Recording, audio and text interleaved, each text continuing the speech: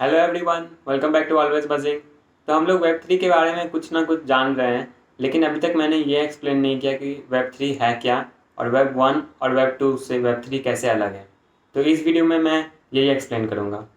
तो सबसे पहले वेब वन जान लेते हैं। तो वेब वन 1990 से 2005 का ऐसा पीरियड था जिसे आप रीड ऑनली, मतलब जिसमें आप सिर्फ ऐसा समझ लीजिए कि पढ़ सकते थे। वेबसाइट होती थी, वो भी इंटरेक्शन नहीं होता था उसमें कुछ। जैसे कि वेबसाइट्स है तो आप जाओ कुछ पढ़ लो। और उसमें ये था कि फिजिकल वर्ल्ड से कुछ कॉपी करके ऑनलाइन वर्ल्ड में डालना, मतलब कि मैगज़ीन है तो मैगज़ीन, अब ऑनलाइन मैगज़ीन आ गए। फिर बुक्स है तो ऑनलाइन बुक्स आ गए। फिर न्यूज़पेपर है तो ई न्यूज़पेपर। तो ऐसा ऐसा चलता था। और जिसमें ये था कि ओपन प्रोटोकॉल्स थे, मतलब कि ऐसे कुछ सेट ऑफ रूल्स जिसके ऊपर आप कुछ भी बना सकते थे। तो वेबसाइट बनाना है तो उसके लिए एक प्रोटोकॉल है। अगर आपको ईमेल बनाना है तो उसके लिए अलग प्रोटोकॉल है। और इसमें ये था कि ऐसा था, मतलब कि सेंट्रलाइज सिस्टम नहीं था। जैसे कि सीईओ ऑफ ईमेल कोई सीईओ नहीं है, सीईओ ऑफ वेबसाइट कोई सीईओ नहीं है। यानी कि ये सब ओपन है, इसमें कोई भी कुछ भी कोई भी बना सकता है। और वेब वन का और एक खासियत था कि इसमें बस एक चीज़ आप ओन कर सकते थे, मतलब कि जो आपका था डिजिटल वर्ल्ड में। फिजिकल वर्ल्ड में भले आप बहुत चीज़ें ओन करते हैं, ओनरशिप आपका बहुत में है, लेकिन डिजिटल वर्ल्ड में पहली बार ये हुआ था कि ओन आप एक चीज़ कर सकते हैं और वो है आपका डोमेन नेम। तो डोमेन नेम क्या होता है? वो आपका इंटरनेट पे आपके आइडेंटिटी, आपका नेम ऐसा समझ लीजिए। जैसे अभी आप लोग यूट्यूब देख रहे हैं तो यूट्यूब, मतलब कि आप लोग जब भी इंटरनेट पे सर्च करते हो तो वो यूट्यूब जो कंपनी है उसने अपना नाम अपना रजिस्टर करा लिया है। तो ये हुआ डोमेन नेम। तो बस एक ही चीज़ आप लोग ओन कर सकते थे, वो है डोमेन नेम। तो ये था वेब वन। और अब आते हैं वेब टू में। और एक बात बताता हूँ कि वेब वन में मतलब कि वन साइडेड इंटरेक्शन था। जैसे कि मैंने बताया, ये रीड ऑनली पीरियड था। इसमें वेबसाइट आते थे, ईमेल आते थे और अर्ली साइंस, जैसे कि early signs of Amazon e commerce website, कुछ ऐसा समझ लीजिए। अब आता है वेब टू।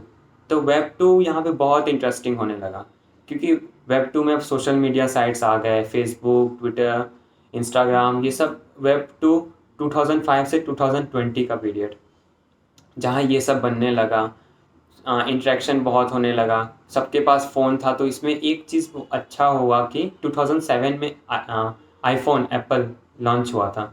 तो उसके बाद से सबके पास फ़ोन आने लगे, सबके पास कैमरा थे। तो अब इंस्टाग्राम जैसे साइट्स बने, फिर जीपीएस सिस्टम आया तो ऊबर ऊबर बना। फिर तो बहुत चीज़, इसमें बहुत डेवलपमेंट हुआ, बहुत इनोवेशन हुआ। और जिसके भी पास फ़ोन था सब कोई क्रिएटर बन गए, जैसे कि मैं भी अभी यही कर रहा हूँ। तो इसमें लेकिन एक चीज़ खराब ये था कि सेंट्रलाइज सिस्टम। जैसे कि अभी आप समझ लीजिए कि अभी इंटरनेट आप क्या समझते हैं? गूगल, ट्विटर, फेसबुक जो अभी मेटा बन गया है, यही कुछ यूट्यूब, 4-5 कंपनी है जो पूरा सेंट्रलाइज सिस्टम करते हैं। मतलब कि कुछ मिडिल मैन है। अगर आपको पैसे अगर ट्रांसफ़र करने हैं तो आप लोग कोई मोबाइल वॉलेट यूज़ करते हैं, उसके ज़रिए ही होता है। अगर आप लोग कुछ भी करना है आप लोगों को, तो वो एक मिडल मैन के थ्रू ही जाता है। और इसमें एक चीज़ और था कि टेक रेट, यानी कि टेक रेट ऐसा समझ लीजिए जैसे कि यूट्यूब है। अभी तो मुझे यूट्यूब से एक भी पैसा नहीं मिल रहा है, क्योंकि ना ही मेरे सब्सक्राइबर्स हैं ना ही कुछ है। लेकिन ऐसा समझ लीजिए कि अगर यूट्यूब से अगर कोई पैसे कमाता है तो वो कैसे कमाता है? एडवर्टाइजमेंट वाले आते हैं और पैसे देते हैं। तो एडवर्टाइजमेंट अगर 100 रुपये खर्च करता है तो यूट्यूब वाला 45%, यानी कि यूट्यूब 45%, यानी कि 45 रुपीज़ यूट्यूब रखता है। और क्रिएटर को, जिसके भी वीडियो में ऐड दिखा रहा है, उसको 55 रुपीज़ देता है। तो वो हुआ उसका टेक रेट, यानी कि 45% यूट्यूब रखता है। तो यही हुआ। और ये मतलब कि बहुत ज़्यादा है, क्योंकि यूट्यूब को किसने, यूट्यूब जो भी है आज यहाँ इतना बड़ा यूट्यूब कैसे बना? इतने सारे उसमें क्रिएटर्स आए, इतने सारे लोग देखते हैं। तो यहाँ मतलब कि हम सब लोग ही मिल के बनाते हैं। भले वो प्लेटफॉर्म एक दिया, लेकिन उस प्लेटफॉर्म यूट्यूब अगर दिया है तो उसके लिए वो कुछ ज़्यादा ही चार्ज करता है। और एक एग्जांपल ले लेते हैं कि हम लोग यूज़ करते हैं फेसबुक, इंस्टाग्राम। तो ये क्या है, ये फ्री टू यूज़ है, हम लोग सबको फ्री यूज़ करते हैं। लेकिन इसमें भी यही है, एडवर्टाइजमेंट हम लोग को दिखाया जाता है। तो हम लोग एडवर्टाइजमेंट तो देख लेते हैं, लेकिन हम लोगों को पैसा नहीं मिलता है इसमें। हम लोगों को कुछ पैसा नहीं मिलता, हम लोग फ्री में साइट को यूज़ करते हैं। और फेसबुक वाला, इंस्टाग्राम, सब लोग पैसे कमाते हैं। और इसमें एक और चीज़ है कि हम लोगों को अपने सामान पे ही हम लोगों का कोई राइट नहीं है। जैसा कि अभी मैंने ये वीडियो यूट्यूब पे अपलोड कर दिया है, तो अब इस वीडियो पे मेरा कुछ राइट नहीं है, अब ये यूट्यूब का राइट है। यूट्यूब जब चाहे मुझे बैन कर सकता है, मेरे नेम को, आइडेंटिटी हटा सकता है, कुछ भी कर सकता है। यानी कि अब यूट्यूब के पास भी इस वीडियो का पूरा राइट है, वो जैसे चाहे उसे कमर्शलाइज करे। मेरे पास इसका राइट नहीं है। तो ये है वेब 2। वेब 2 में हर चीज़ सेंट्रलाइज्ड, मतलब कि कुछ कुछ कंपनीज़ के पास इतना ज़्यादा पावर आ गया है कि आप कुछ नहीं कर सकते हैं, ऐसा समझ लीजिए। और वेब 2 में भी, जैसे कि वेब 1 में तो हम लोग एक डोमेन नेम ऑन करते थे, तो वेब 2 में अब कुछ नहीं ऑन करते हैं। वेब 2 में वही वेब 1 का डोमेन नेम और कुछ नहीं ऑन करते हैं डिजिटल वर्ल्ड में। तो ये था वेब 2। अब आता है वेब 3 में बहुत ज़्यादा अच्छा ये है कि वेब 1 का भी कुछ अच्छी चीज़ें लेता है और वेब 2 का भी कुछ अच्छा चीज़ें लेते हैं। तो वेब 1 में क्या था, दो चीज़ें, एक था डोमेन नेम ऑन करते हैं और एक था कि ओपन प्रोटोकॉल्स। तो वेब 3 में भी यही है। वेब 3 में जिसे भी अगर कुछ भी कोई भी अगर कुछ भी बनाना चाहता है तो वो बना सकता है। क्योंकि प्रोटोकॉल्स हैं, उस प्रोटोकॉल जैसे कि इथेरियम है, तो आप इथेरियम के ऊपर आप कुछ भी बना सकते हो। जाओ बनाओ, आपको कोडिंग थोड़ा आना चाहिए, थोड़ा स्किल्स थोड़ा जान लो, और उसके ऊपर आप कुछ भी, अगर आपका प्रोजेक्ट है तो आप उसके ऊपर काम कर सकते हो। और इसमें एक और चीज़ खासियत है कि ओनरशिप। जैसे कि अगर वेब 3 में अगर कुछ टाइम आएगा, अभी जैसे कि अभी यूट्यूब है, तो यूट्यूब अभी वेब 2 का ही है, लेकिन वेब 3 में भी कुछ यूट्यूब से और अच्छा आ सकता है, जहाँ अगर मैं वीडियो अगर अपलोड करूँ तो उस वीडियो में का ओनरशिप मेरा है। तो जैसा कि एक एग्जांपल समझ लेते हैं, सॉरी, जैसे कि मैंने एक वेब 3 यूट्यूब आया, तो उसमें क्या है कि अगर मैंने वीडियो अपलोड किया है तो कोई मुझे हटा नहीं सकता, कोई मुझे सेंसरशिप रेसिस्टेंट है, कोई मुझे उस प्लेटफॉर्म से हटा नहीं सकता। अगर मैंने वीडियो अपलोड किया है तो उस वीडियो पे मेरा राइट है, मतलब कि मैं इस वीडियो को जैसे चाहूँ वैसे मोनेटाइज कर सकता हूँ। और वेब 3 में एक और बहुत अच्छा चीज़ क्या है कि ये आपको, जैसे कि वेब 2 में भी क्या है, आप यूट्यूब पे ईमेल बनाओ, फिर अगर आपको इंस्टाग्राम पे जाना है तो वहाँ साइन इन करो, फिर फेसबुक बनाना है तो एक ट्विटर बनाना है, जहाँ जाना है, जहाँ जहाँ हर जगह अकाउंट बनाते रहो। यानी कि आपका हर जगह आपका डेटा स्टोर होगा, आपके जैसे पर्सनलाइज्ड फीड आपको दिखाए जाएंगे। लेकिन वेब 3 में ऐसा नहीं है। वेब 3 में बस एक चीज़ की ज़रूरत है, वो है वॉलेट। तो वॉलेट भी क्यों चाहिए, क्योंकि वो आपका एक एंट्री गेट है, ऐसा समझ लीजिए। और वॉलेट भी आपको वॉलेट बनाने के लिए भी कुछ नहीं चाहिए, जैसे कि अभी मेटामास्क वॉलेट है, रेनबो वॉलेट है, और भी बहुत सारे वॉलेट है। तो उसमें आप कुछ नहीं चाहिए, बस आपको एक इंटरनेट कनेक्शन चाहिए, फ़ोन या मोबाइल चाहिए। लेकिन उससे अच्छा आप लोग लैपटॉप यूज़ कीजिए, क्योंकि मोबाइल से हम लोग बहुत ये सुन रहे हैं कि हैक हो जाता है या कुछ माल प्रैक्टिस हो जाता है, कुछ हो जाता है। तो इससे अच्छा है लैपटॉप का web version, mobile wallet use कीजिए। अगर आप लोगों को नहीं पता है तो मैं अगले वीडियो में वो भी बना के आप लोगों को दिखा दूंगा कि कैसे बनाते हैं।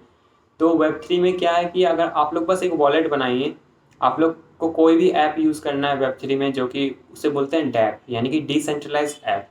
डिसेंट्रलाइज्ड क्यों, क्योंकि कोई आपको उस प्लेटफॉर्म से, उस ऐप से कोई आपको बैन नहीं कर सकता। ट्विटर पे क्या है, ट्विटर पे अगर हम लोग ट्विटर जैसे कि डोनाल्ड ट्रम्प को बैन कर दिया था, तो वैसा अगर वेब 3 में नहीं हो सकता, क्योंकि किसी के पास पावर ही नहीं है बंद करने के लिए। तो यही होगा।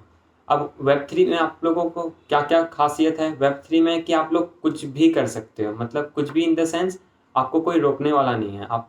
पावर आपके पास है, आपको जैसे मोनेटाइज करना है अपने चीज़ों को वैसे मोनेटाइज करो।